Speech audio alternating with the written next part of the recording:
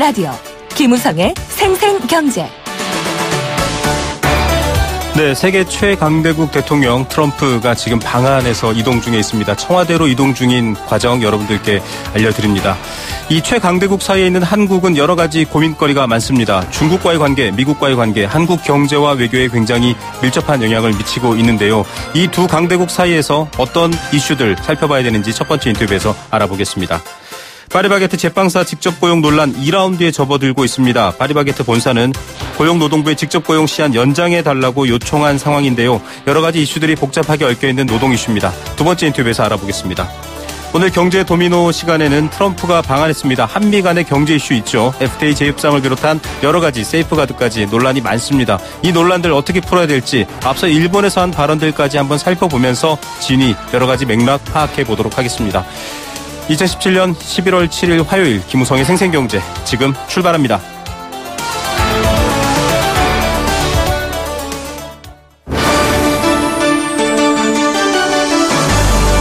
YTN 라디오 김우성의 생생경제.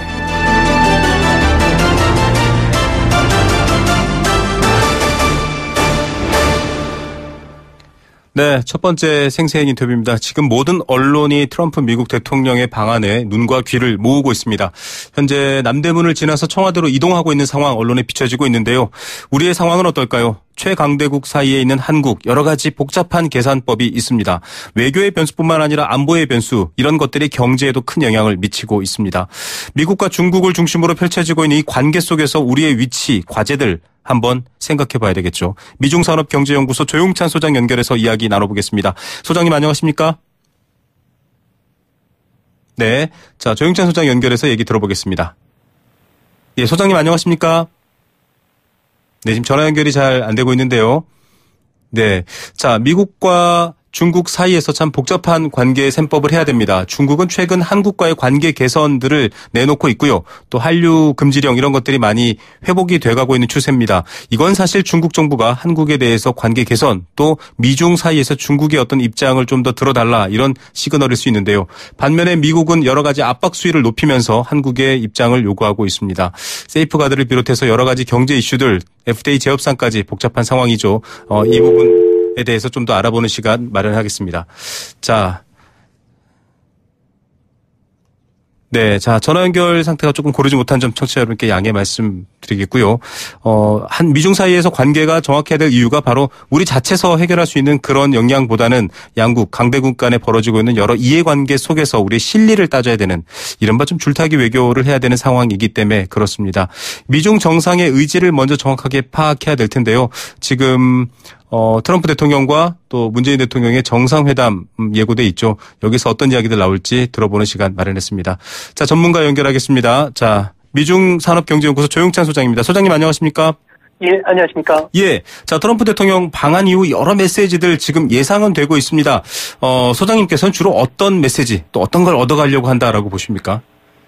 트럼프 대통령은 일본에 도착하기 전에 북한 문제 해결이 큰 목표다.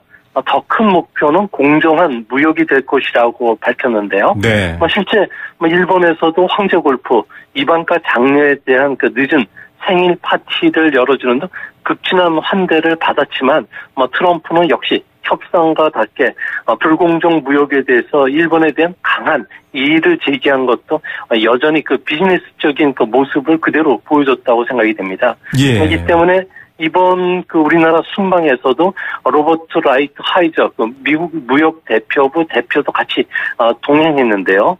이 때문에 무역 적자 해소를 위해서 FTA 개정 협상에 적극적으로 나와라. 그리고 쌀과 같은 민간 품목의 시장 개방뿐만 아니라 자동차나 철강 부분의 무역 불균형 해소하라는 식의 공격적인 발언을 하지 않을까 보여지고요. 네. 일본에서처럼 일본이 엄청난 무기를 추가로 살 수 있다고 발언을 했는데요. 우리나라에서도 미국의 고용 확대뿐만 아니라 한국의 안전 보장, 환경 개선을 위해서 미국산 무기를 구매토록 공세적으로 나올 가능성이 매우 높다고 보여집니다. 네, 역시 협상가라는 표현을 쓰셨지만 아주 공격적으로 직설화법을 쓰고 있는데 사실 이 미국의 메시지에서 많이 고려돼야 될 것들이 미국이 중국을 의식하고 하는 메시지, 즉 미중 관계 문제일 텐데요. 어떻습니까? 일본에서의 발언과 한국에서의 발언 결국 중국을 겨냥한다. 이렇게 봐야 될까요? 어떻게 보십니까? 네, 그렇습니다. 대북 관계 해소 이후에는 바로 미중 간의 그 패권 다툼이 뒤에 자리 잡고 있는데요. 이번 아시아 순방 척국인 일본에서도 새롭게 눈이 띄는 것은 미국과 일본이 제휴하기로 한 인도 태평양 전략입니다. 네. 경제 성장이 빠른 아시아 그리고 잠재력이 높은 아프리카 지역의 안전 보장과 성장을 지원해주기 위한 패키지를 제공하는 외교적 구상인데요. 네. 아무래도 이런 그 구상의 목적은 중국의 영향력을 억제하기 위해서입니다. 네. 중국은 공식적으로 2030년까지는 경제 규모 면에서 미국을 추월하겠다.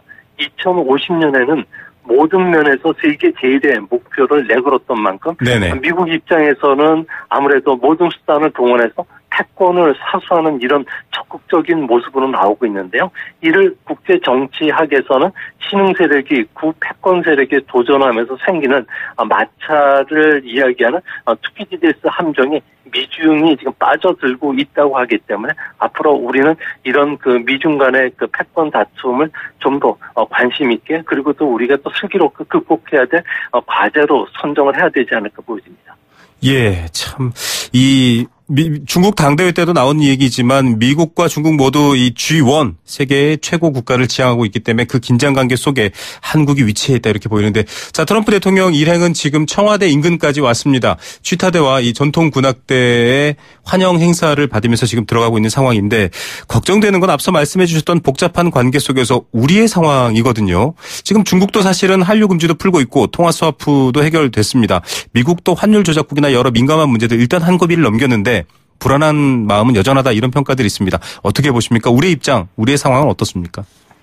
네, 중국과 맺은 그 산불 약속 때문에 사드 배치로 멀어졌던 한중 관계 갈등이 봉인된 것은 우리한테는 무척 다행스러운 것인데요. 하지만 미국 입장에서는 북핵과 그리고 중국의 해양 진출을 막아야 되기 때문에 네. 우리를 계속 그 자신들의 MD 구축이라든지 인도 태평양 구상 그리고 한미 군사 동맹 쪽에 편입시키려 할 것으로 보여집니다. 아무래도 중국이 반대하고 있기 때문에 앞으로 한중 관계의 정상화까지는 상당히 걸림돌이 많을 것으로 보여지는데요. 우리나라 같은 경우에는 중재적 역할을 해주기 위해서 G2 국 간의 갈등을 끓는 아궁이에서 장작불을 하나 둘씩 빼는 식으로 갈등을 좀 적극적으로 해소시키고 다양한 채널을 통해서 소통해 가는 외교적 해법을 찾고 있는데요. 이제 문제는 이런 힘의 균형 상태에서나 가능했지 미중 간의 충돌이 본격화되거나 군사적으로 미국 그리고 경제적으로 중국에 가까운 우리나라 입장에선 어느 편에 서야 될지 네. 갈등을 할 수밖에 없기 때문에 앞으로는 고래 싸움에 새우등 터지는 일이 자주 일어나지 않을까 그게 걱정입니다. 예, 정말 이 고래 싸움이 에서 어떻게 하면 우리가 이 새우 역할이 되지 않을 수 있을까도 좀 방법을 찾아야 될 텐데 자, 세계의 눈과 귀는 트럼프 대통령이나 또 중국의 경우도 마찬가지지만 강대국 정상의 입에 쏠려 있지만 우리 정부 또 우리 대통령이 하는 메시지도 중요할 것 같아요. 여기서 어떤 가늠자 같은 거나 원칙을 찾아볼 수도 있을 텐데 이번에 좀 앞서 미국의 예상 메시지도 말씀해 주셨지만 우리 정부 어떤 메시지를 내놓을 것 같은가요? 또 어떤 원칙을 좀 고려해 봐야 좋을까요, 소장님? 네, 그 트럼프 대통령은 아무래도 안보를 대가로 해서 우리나라에 비싼 청구서를 내밀 것으로 보여지고요. 네. 또 방위비 분담뿐만 아니라 무역 불균형과 관련된 이야기들을 거론할 게 거의 확실시되고 있습니다. 이 때문에 이번 국회에서 미국이 한반도라든지 동북아 정세 그리고 정책 비전과 관련해서는 우리가 꼼꼼히 좀 찾아봐야 될 것 같고요. 네네. 우리나라 같은 경우는 그 미국이 주장하는 그 무역 국자 확대라든지 이런 부분에 대해서 좀 공세적으로 방어를 해야 되지 않을까 보여집니다. 네. 미국의 무역 적자가 한미 FTA 원인이 아니라 미국 경기 회복이라든지 우리 기업이 지난 5년간 무려 미국에 598억 달러 수출 투자를 하면서 중간재라든지 자본재 수출이 늘어난 것도 이야기를 해야 되겠고요. 또 안보 동맹에 따른 우리나라 기업들의 피해도 크다는 점도 부각시켜야 되지 않을까 보여집니다. 네. 사드 보복으로 인해서 우리나라 기업들 같은 경우는 중국에서 150억 달러의 경제적 피해도 입었던 것도 좀 보여줘야 되지 않나 그런 생각이 듭니다. 예, 항상 이 경제, 이 무역 수지 관련해서는 좀 대등하고 동등한 입장을 표명해야 한다.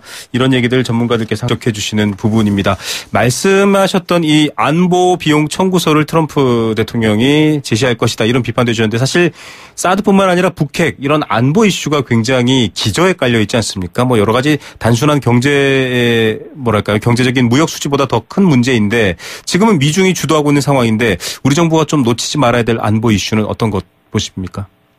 네, 미국 입장에서 볼 때는 한미 동맹도 중요하지만 역사적으로 미일 동맹을 더 중시하고 있고요. 네. 또 경제적으로는 보안 관계 있고 국제 질서를 위해서 또 미중 관계를 먼저 생각하는 게 현실입니다. 이 때문에 한미 정상회담 그리고 토요일날 한중 정상회담에서는 지역적인 문제에 매달리기보다는 한반도의 긴장 국면을 끝내고 평화 모드로 가기 위한 창의적인 북핵 해법을 도출해야 되지 않을까 보여지고요. 물론 평창 올림픽의 그 북한 참가를 독려하는 내용도 들어간다면 평화 체제 구축에 좀 도움이 되지 않을까 보여집니다. 네. 이뿐만 아니라 뜨거운 감자인 한미 FTA 개정과 관련해서도 접점을 찾아야 되는데요. 아무래도 구체적인 무역 불균형 해소 대책이라든지 새로운 그 협상 카드죠. 테슬라 같은 미국 전기 자동차에 대한 수입 확대 방안과 같은 부분들도 제시하면 상당히 도움이 되지 않을까 보여집니다. 예, 자 평창올림픽 앞두고 있죠. 다양한 안보를 풀 수 있는 계기들 좀 적극 활용할 필요도 있을 것 같습니다. 지금 트럼프 대통령 청와대 본관에 도착하고 있는 상황이고요. 취타대 인도로 들어가고 있습니다. 저희가 또 이따 주요한 소식은 TV 생중계 보내드리도록 하겠습니다. 오늘 말씀 감사드립니다. 예, 감사합니다. 네, 미중산업경제연구소 조용찬 소장이었습니다. YTN 라디오 김우성의 생생경제. 네, 애청자 여러분의 참여와 대화로 이끌어갈 수 있는 생생경제 여러분들의 의견도 기다립니다. 경제 공감사전입니다. 단문 50원, 장문 100원, 정보 이용료 부과되는 유료 메시지죠. 샵 0945번 문자 메시지로 참여할 수 있고요. 스마트폰 애플리케이션 예스는 무료입니다. 참여해 주시면 추첨을 통해 도심 속 꿈의 놀이터 일산 원마운트에서 워터파크 스노우파크 이용권 드립니다. 오늘 공감사전은 양국의 정상회담입니다. 정상회담 여러분들은 어떤 생각 드십니까? 오늘 뉴스 계속 쏟아질 텐데요. 여러분 의견 주십시오. 자, 잠시 후 이 청와대 공식 환영식을 개최합니다. 이제 트럼프 대통령이 청와대의 모습을 나타내는데요. TV 생중계로 보내드리도록 하겠습니다.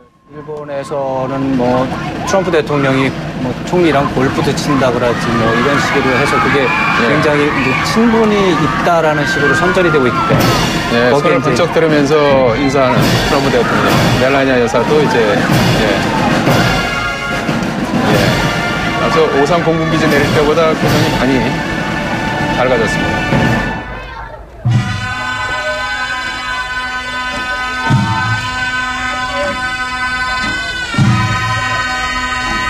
지금 뒤에 깃발을 흔드는 초등학생들이 서울 용산 남정초등학교 학생 32명, 그리고 미팔군 주한미군 미국 대사관 가족 등 어린이 20여 명, 한 50여 명의 어린이가 나와서 태극기와 성조기를 흔들면서 환영하고 있습니다. 어린이들하고 좀 대화를 나누는 모습이죠? 네.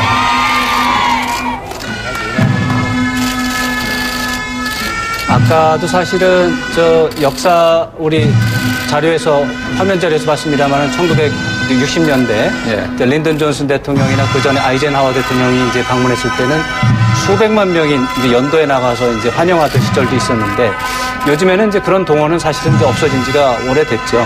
오래됐지만 오늘 같은 경우에는 이런 모습이 잘 준비된 의전이다 이런 생각을 많이 하게 됩니다. 특히 이제 한미 관계가 지금 어느 때보다도 지금 민감하게 중요한 시기이기 때문에 이 정도의 공을 들여서 준비하는 것은 어떻게 보면은 적절하다 이런 생각이 듭니다. 네.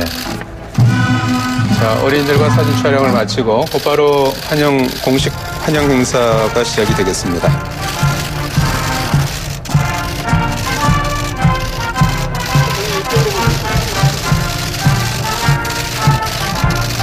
지금 나오는 곡이 미국 대통령의 공식 의전서. 헤일 투 더 치프라는 미국 대통령 찬가라고 그러죠. 입장곡을 보통은 행진곡을 많이 쓰는데 이번에 국빈 방문의 의미를 살려서 미국 대통령 전용 공식 입장호 헤일 투 더 치프가 채택됐습니다. 꼭 마셔야 되시죠.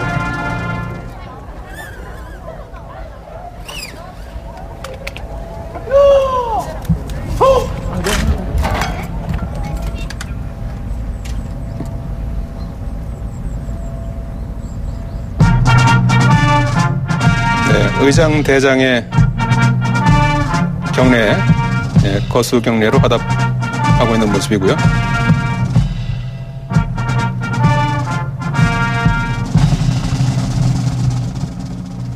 다음은 양국 국가 연주가 이어지겠습니다.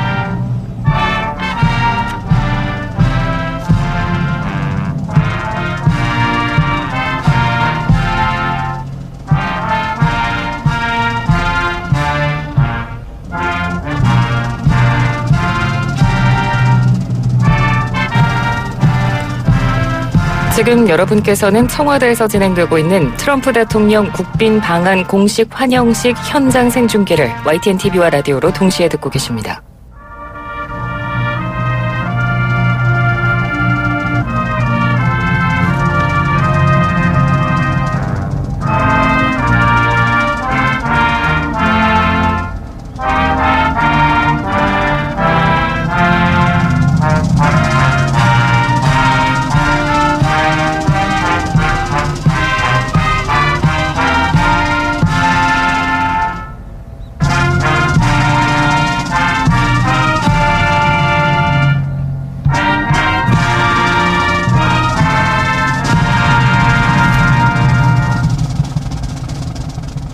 다음은 애국가 연주가 있겠죠.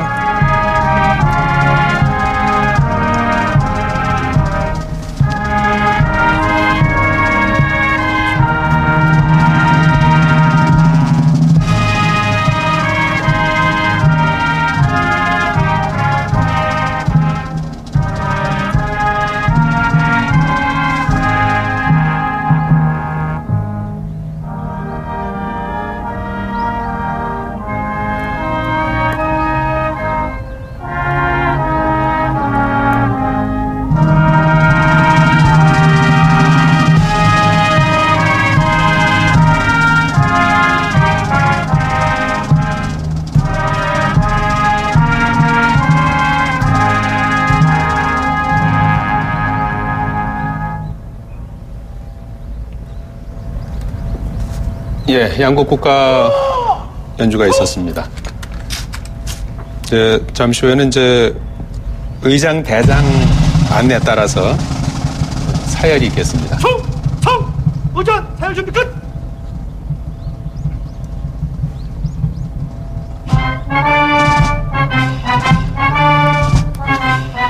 양국 정상 애국가가 나올 때 어떤 생각을 좀 했을까요? 네, 사실 트럼프 대통령의 입장에서는 이런 장면들을 이렇게 자주 보지는 않았을 것 같습니다. 네. 굉장히 색다른 그런 분위기 속에서 아무래도 환대받고 있다는 느낌을 좀 가지지 않았을까 이렇게 생각을 해볼 수가 있겠습니다. 예. 사실 일본에서 이미 2박 3일 동안 대접을 잘 받고 왔기 때문에 한국이 어떻게 하면은 좀 짧아서 이렇게 큰 기대를 안 했을 수도 있고요. 예. 그렇지만 이제 굉장히 좀 색다르고 또 전통이 많이 가미된 또 그런 거고 또 문재인 대통령의 특성이 항상 진지하게 또 대하시니까 그런 부분에 대해서는 아무래도 트럼프 대통령도 좀 더 한국이나 문재인 대통령에 대해서 인식을 좀 더 개선하는 계기가 되지 않을까 그렇게 기대를 해볼 수가 있겠습니다. 사실 다른 사람을 접대하는 게 너무 또 과하게 또 하면 아부하는 것처럼 비춰질 수도 있고요. 네. 너무 또 차분하게 하면은 또 푸대접하는 것으로 비춰질 수도 있고요. 참 쉽지 않은 것 같은데 그동안에는 하여튼 지금까지는 문재인 대통령과 트럼프 대통령 관계가 어색한 부분이 분명히 있었습니다만 오늘과 내일 일정을 계기로 해서 좀 더 두 분 관계가 좀 좋아지면 좋겠습니다. 결국에 외교라는 것은 서로 주고받는 겁니다. 그런 의미에서 이번에 국빈 방문으로서 우리가 최대의 환대를 보여주었는데 문재인 대통령께서도 국빈으로 초청될 수도 있는 거고요.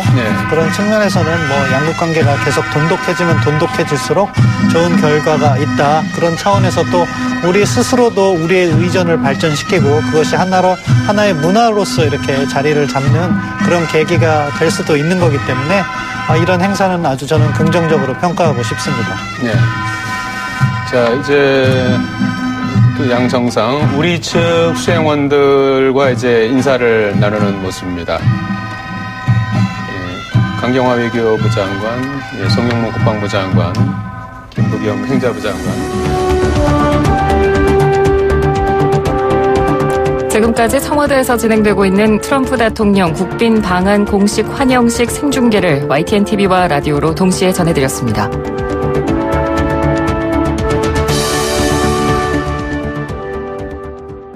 네, 생생경제 중간에 이 트럼프 대통령 방한 청와대 공식 의전 행사 여러분께 저희가 라디오와 텔레비전으로 생중계 보내드렸고요. 생생경제 1부는 여기까지입니다. 캠페인 하나 듣고 경제 도미노 먼저 보내드리겠습니다.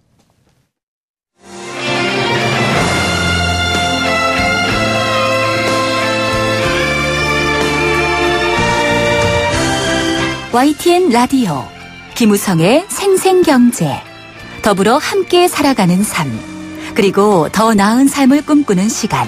오후에 만나는 싱싱한 라디오 경제, 김우성의 생생경제가 대한민국 경제를 지키는 여러분과 지금 함께하고 있습니다.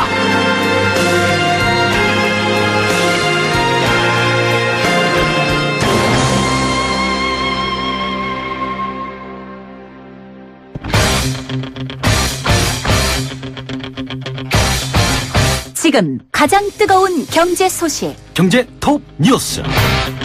네, 이 시각 주요 경제 뉴스 먼저 전해드리고요. 이어서 경제 도미노 시간, 한미 경제 이슈들 좀 짚어보는 시간 마련해드리겠습니다. 비즈니스워치 김춘동 기자 연결합니다. 안녕하십니까? 네, 안녕하세요. 예, 뭐 여러 가지 경제 상황이 지금 한미 외교에 쏠려 있긴 한데 부동산 쪽도 심상치 않아요. 파리 대책 이후에 아파트 거래 급감하고 있다 이런 얘기 나오네요. 네, 부동산 114에 따르면 계약일 기준인데요. 지난 8월 달에 한 달간 이 전국의 아파트 거래 건수가 총 45,172건으로 7월과 비교해서 28.5%나 줄어든 것으로 나타났습니다. 특히 이제 서울 아파트 계약 건수는 65.7%나 급감을 하면서 이 전국에서 감소폭이 가장 컸습니다. 정부가 이 파리 부동산 대책을 내놓으면서 대출이 막히고 매수 심리가 좀 위축되면서 아파트 거래에도 제동이 걸린 건데 특히 이제 재건축 조합은 지위 양도 금지, 또 이 대출 규제 등이 집중된 서울 강남권과 노원구 등에서 이 감소폭이 컸습니다. 서울 이외 지역에서는 세종시의 거래량이 절반 이하로 좀 줄었습니다. 네, 9월 거래량은 어떻습니까? 좀 회복되는 모양도 있다 이런 얘기도 있던데요. 네, 역시 계약일 기준인데 9월에 전국 아파트 거래량은 38,925건으로 8월보다 13.8%가 줄었습니다.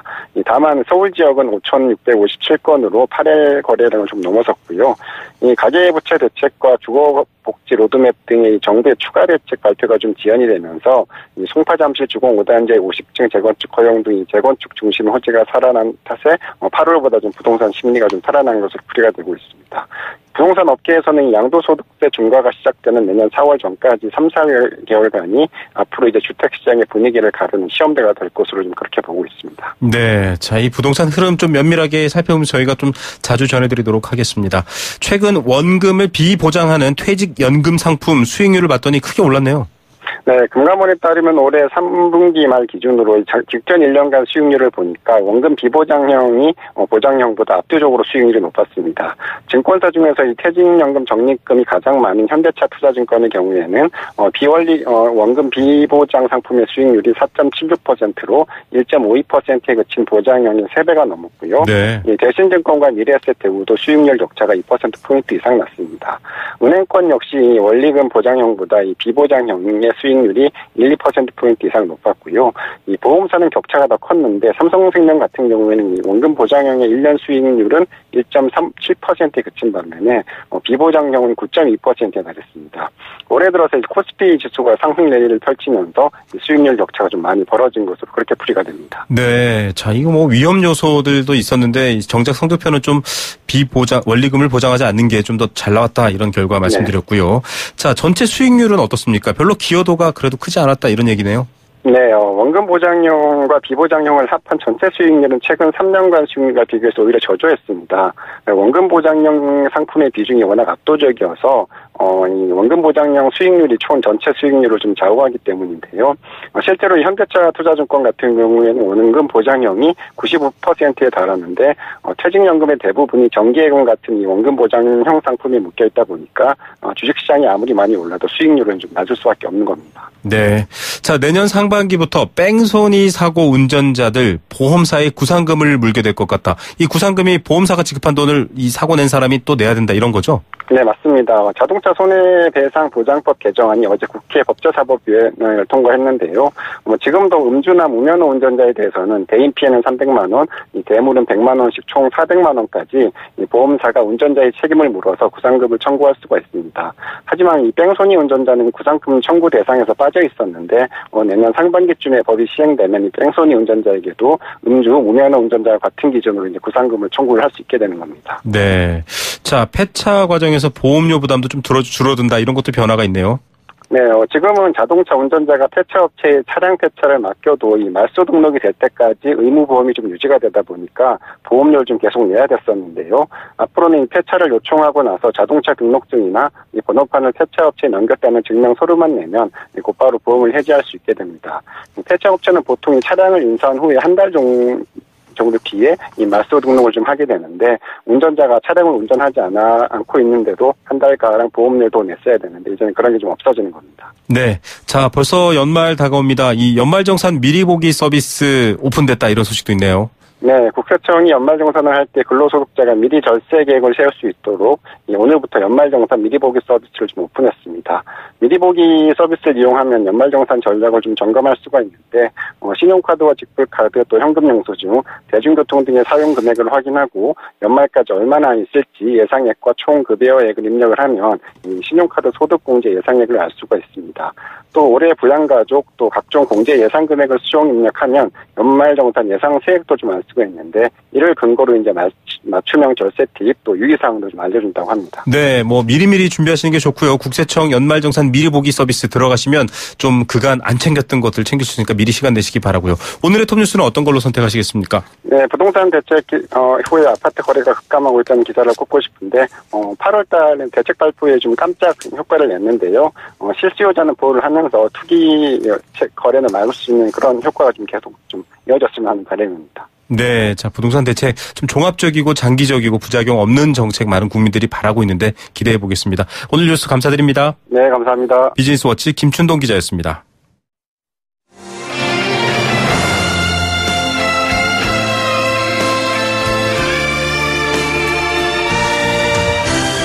YTN 라디오 김우성의 생생경제 더불어 함께 살아가는 삶 그리고 더 나은 삶을 꿈꾸는 시간 오후에 만나는 싱싱한 라디오 경제 김우성의 생생경제가 대한민국 경제를 지키는 여러분과 지금 함께하고 있습니다.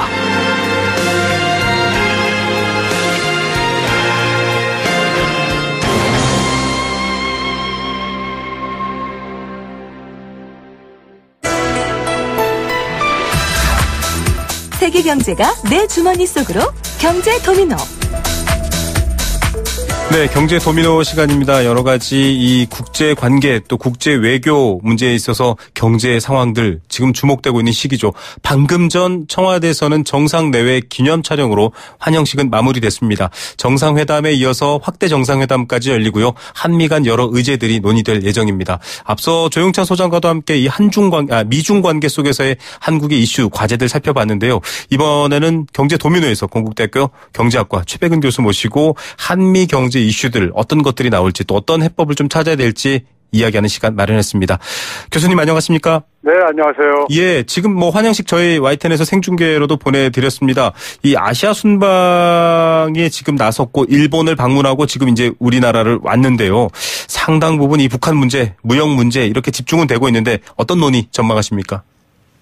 트럼프가 아시아 순방 전에 그러니까 백악관에서 그 트럼프의 아시아 순방의 세 가지 목표를 얘기를 했거든요. 네네. 그 세 가지 목표에 보면 북핵 공조를 만들어내겠다는 거 하고요. 두 번째는 그다음에 이제 무역 압박 문제고 세 번째는 중국 견제가 추가가 되었습니다. 네. 그러니까 기본적으로 뭐 북핵하고 무역은 뭐 잘들 알고 있는 사실일 것이고. 네네.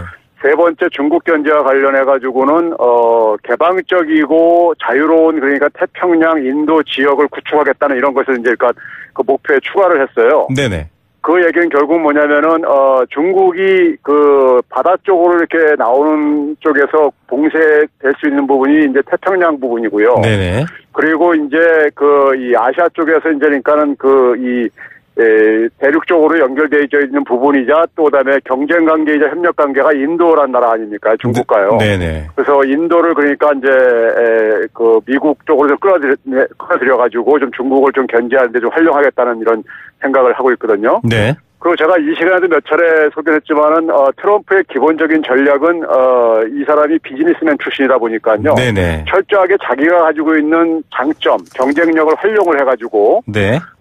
이 그 협상에서 유리한 그러니까 최대한 이익을 만들어내겠다는 것이거든요. 네. 그럼 미국이 가지고 있는 최대의 경쟁력은 뭐냐? 달러하고 군사력이죠. 그렇죠. 그럼 이제 군사력을 활용을 해가지고 그다음에 경제력을 활용을 해가지고 이제 그러니까는 미국의 이익 극대화를 하겠다는 것이고 그것이 우리나라에는 그러니까 지난번에 우리가 한미 FTA 이 개정 협상을 하자고 이제 그러니까 미국 측에서 요구한 것에 대해서 우리는 그러니까 좀 이제 먼저 상황부터 먼저 좀 이제 진단부터 해보자 뭐 이런 식의 입장이었었는데 네네. 그게 지난 9월달에 갑자기 2차 특별 회의를 응하하고 또 거기서 이제 한미 FTA 이제 그러니까 개정 협상을 그러니까 이제 수용을 한 데서 보듯이요. 네. 당시에 그 수용한 배경이 뭐였었냐면은 통상 논리가 아니었었습니다. 네. 당시에 미국 내부에서 일반적인 그러니까 하나의 그 견해가 뭐였었냐면은 미국이 제공하는 안보 우산을 지렛대로 해가지고 미국이 얻어낸 하나의 이득이다 이런 표현을 했었어요. 네. 그러면 이제 한반도의 안보 우려를 그러니까는 이걸 지렛대로 삼아가지고 한국한테 그러니까는 FTA에서 그러니까는 이 최대한 그렇게 양보를 끌어내겠다는 것이 네. 미국의 입장이고 거기서 한 걸음 더 나아가서 이제 방위비 분담금이라든가 아니면 그다음에 이제 우리가 무기 구입이라든가 이런 네. 문제도 안보 이제 이 우려를 지렛대로 해가지고 계속해서 이제 그 얻어내려고 할 것입니다. 미국 입장 속에서는요. 네네. 자, 아시아 순방입니다. 아시아를 상대로 순방을 한다라는 것 결국 중국에 대한 견제, 이 G2지만 G1을 바라고 있는 희망일 수도 있을 것이고 지금 교수님이 지적해 주신 것처럼 안보를 지렛대로 안보와 경제가 서로 연결되어 있는데 사실 이 해외 미군 기지로서는 최대 규모고요. 이 돈도 굉장히 많이 들어갔고 우리가 많이 부담했지만 평택 미군 기지 여기를 트럼프 대통령이 방문하면서 뭔가 우리 정부의 입장과 설득도 이어질 것이다. 또 방위비 분담금 문제도 좀 합리적으로 한미가 서로 원하는 식으로 해결될 것이다. 이런 전망도 있고 그렇지 못하다라는 우려도 있는데 어떻게 보십니까? 뭐 평택을 이제 그러니까 그 첫 방문지로 이제 선택을 한 것은 뭐 이제 자국의 이제 군인들을 이제 그러니까 격려차 이제 이런 목적도 있고요. 네네. 우리 정부 입장 속에서는 아무래도 이제 그러니까 이제 그 김행커께서 얘기하셨듯이 해외에 있는 미군 기지 중에서 최대 그러니까 규모의 그 기지거든요. 평택이라는 데가요. 440만 평 규모의 최대 기지인데 여기를 그러니까 보여줌으로써 트럼프한테 보여줌으로써 그러니까는 한국이 충분히 방위비를 분담을 하고 있다는 것을 네. 보여주기 위한 하나의 이제 이러한 그 의도가 있지만은 트럼프 입장 속에서는 그런 거에 별로 그러니까 개의치 않을 것 같습니다. 안 할 네. 거고요. 결국은 뭐냐면은 우리가 그러니까는 이 한반도 안보 우려를 지렛대로 삼아서 계속해서 그 우리로부터 양보를 끌어내려고 하고 있는 상황이기 때문에 네. 이것을 그러니까는 이번에 그러니까는 좀 양보하더라도 네. FTA 문제를 양보를 하던 무기 구입을 양보를 하든 간에 양보를 하더라도 안보 우려 문제를 그러니까 종식시켜야 됩니다. 네. 종식시키지 않으면 앞으로 계속해서 이 문제로 끌려갈 수밖에 없는 네. 이런 저는 형국에 놓일 것이라고 생각합니다. 예, 끌려갈 수밖에 없는 구조를 바꿔야 한다. 이거 굉장히 중요한 지적이신데요. 일단은 이런 안보와 여러 가지 배경에 지금 또 관심이 모으고 있는 게 경제적 메시지인데 일본 방문했을 때도 불균형 문제 대놓고 얘기를 했습니다. 뭐 이게 이 트럼프 대통령의 국내 정치용이냐 이런 말이 나올 정도로 굉장히 강하게 얘기를 했는데 우리나라 와서도 역시 이 일본에서 지금 했던 메시지들 경제적인 메시지를 따져보면 비슷한 말들 혹은 더 세게 나올 수도 있다 이런 얘기가 있는데 어떻게 전망하십니까? 그러니까 우리가 보도를 통해서 봤듯이 그 일본이 굉장히 어떻게 보면은 굴욕적이라고 좀 네. 생각이 들 정도로 굉장히 하여간 과공한 어떤 극진한 예우를 했잖아요. 했음에도 불구하고 트럼프는 자기 의도와 자기 목표를 그대로 그러니까는 사실은 다 할 말 다 하고 발표시키고 떠났어요. 맞습니다. 네, 그런 점에서 이제 그렇다면 일본 같은 경우는 사실 미국과 좀 우리한테는 좀 약간 섭섭한 얘기지만은 네네. 한미 동맹보다는 미일 동맹이 사실은 미국 쪽 입장에서는 더 강한 동맹이에요. 네. 내용상으로 볼 때는요. 네네. 그러면 일본에 대해서 그렇게 무역 불공정을 그렇게 얘기를 하고 강하게 얘기를 했는데 한국에 대해서 그러니까는 트럼프가 가지고 있는 생각을 얘기를 안 할 것이냐, 안 할 이유가 없다는 얘기죠. 네. 제 얘기는 그래서 우리가 그러니까는 무역에 있어서 양보할 부분을 마지노선을 정해놓고 그 마지노선을 양보를 하더라도 그러니까 앞에서 얘기했듯이 이것이 되풀이되지 않게 지속되지 않게 하기 위해서는 안보 우려 문제, 즉 뭐냐면 한반도에서 군사 옵션을 사용하는 것을 한국 정부와 최소한 그러니까 사전에 그러니까는 한국 정부의 동의를 얻지 않으면 하지 않겠다는 이런 약속이라도 얻어내지 않으면은 네. 이 문제는 계속해서 그러니까는 우리를 계속해서 옥죄할 수밖에 없는 문제라고 저는 생각합니다. 예, 이 미일 관계도 마찬가지고 이 한미 관계도 마찬가지지만 역시 이런 문제. 이 과거에도 사실은 한미 동맹은 린치핀이다. 뭐 꼭 필요한 연결고리다. 이 미일 동맹은 코너스톤이다. 이렇게까지 표현했는데 주춧돌이죠. 이렇게 표현할 만큼 좀 무게 중심이 다르다라는 교수님 지적과 일맥상통한데 일단은 한미 FTA 문제는 지금 말씀하셨던 것처럼 안보 문제라든지 여러 이해관계가 껴 있습니다만 어떻습니까? 이번에 좀 트럼프가 더 요구할 수 있다 이런 전망도 있는데 우리도 좀 준비를 한 것으로는 알려지고 있거든요. 어떻게 좀 전개가 될까요? 우리가 이 부분을 좀 이제 우리가 추론하려면요. 지난 네네. 9월 달에 2차 특별회의가 이제 갑자기 열렸잖아요. 네. 미국 워싱턴에서요. 그리고 나서 이제 그다음에 우리가 이제 개정 협상을 이제 수용을 하는 이런 과정 속에서 2차 특별회의에서 미국 측에서요. 아주 의도적으로 네. 자신들이 요구하는 리스트를 제시를 했어요. 네.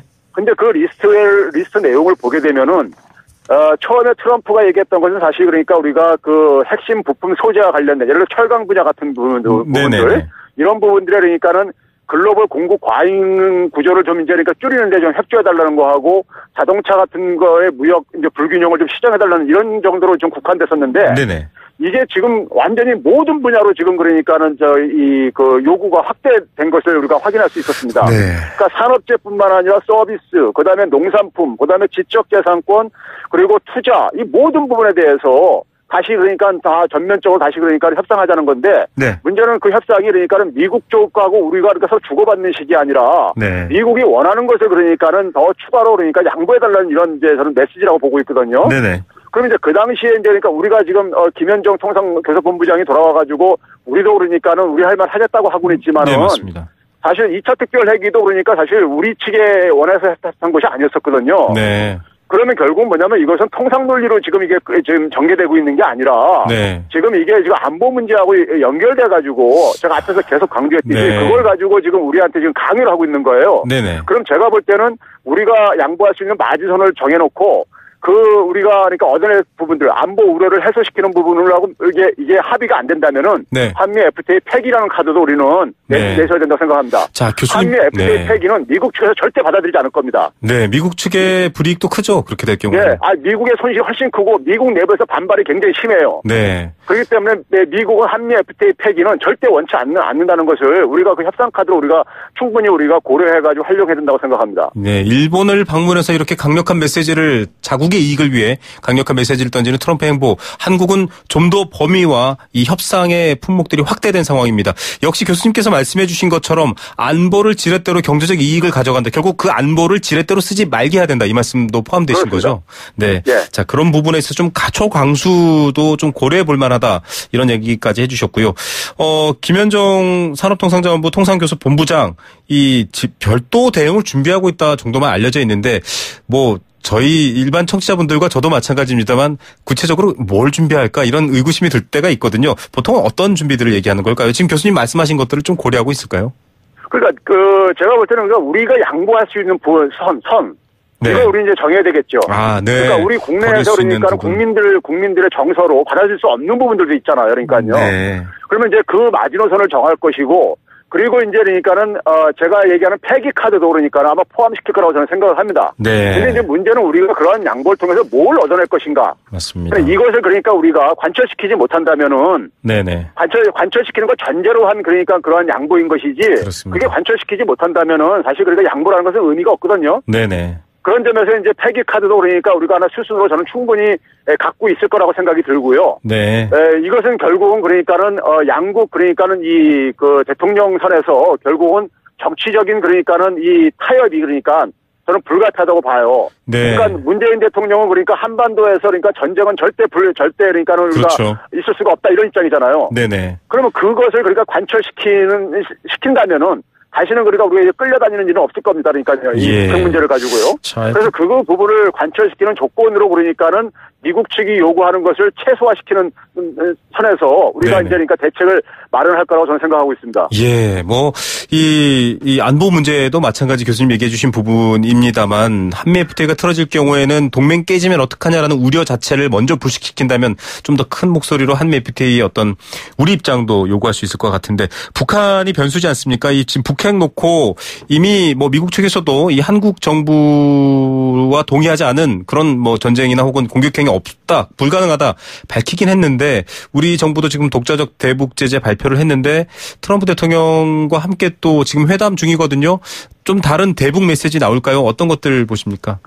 트럼프가 어제 미일 정상회담 끝나고 나서요. 네네. 발표한 것이 뭐라고 했냐면 똑같은 얘기를 계속해서 워싱턴에서 했던 얘기를 계속해서 반복하고 있습니다. 네. 전략적 인내는 그러니까는 끝났다. 네네. 이 메시지를 분명하게 전달을 했고요.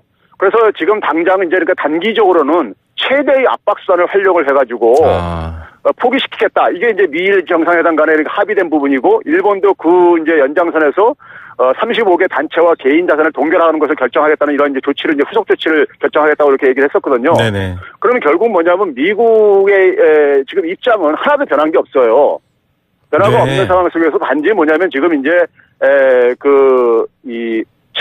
마지막까지는 외교적인 노력을 최대한 하겠지만은 결국 군사적 옵션 카드는 계속해서 열어놓을 것입니다. 네. 열어놓음으로써 그러니까 결국 그러면 우리한테는 굉장히 우리가 불안과 우리한테 우려로 이제 남는 과제가 될 수밖에 없는 거잖아요. 네네. 그러면 그거 가지고 우리가 계속해서 그러니까는 끌려다닐 수밖에 없다는 얘기죠. 예.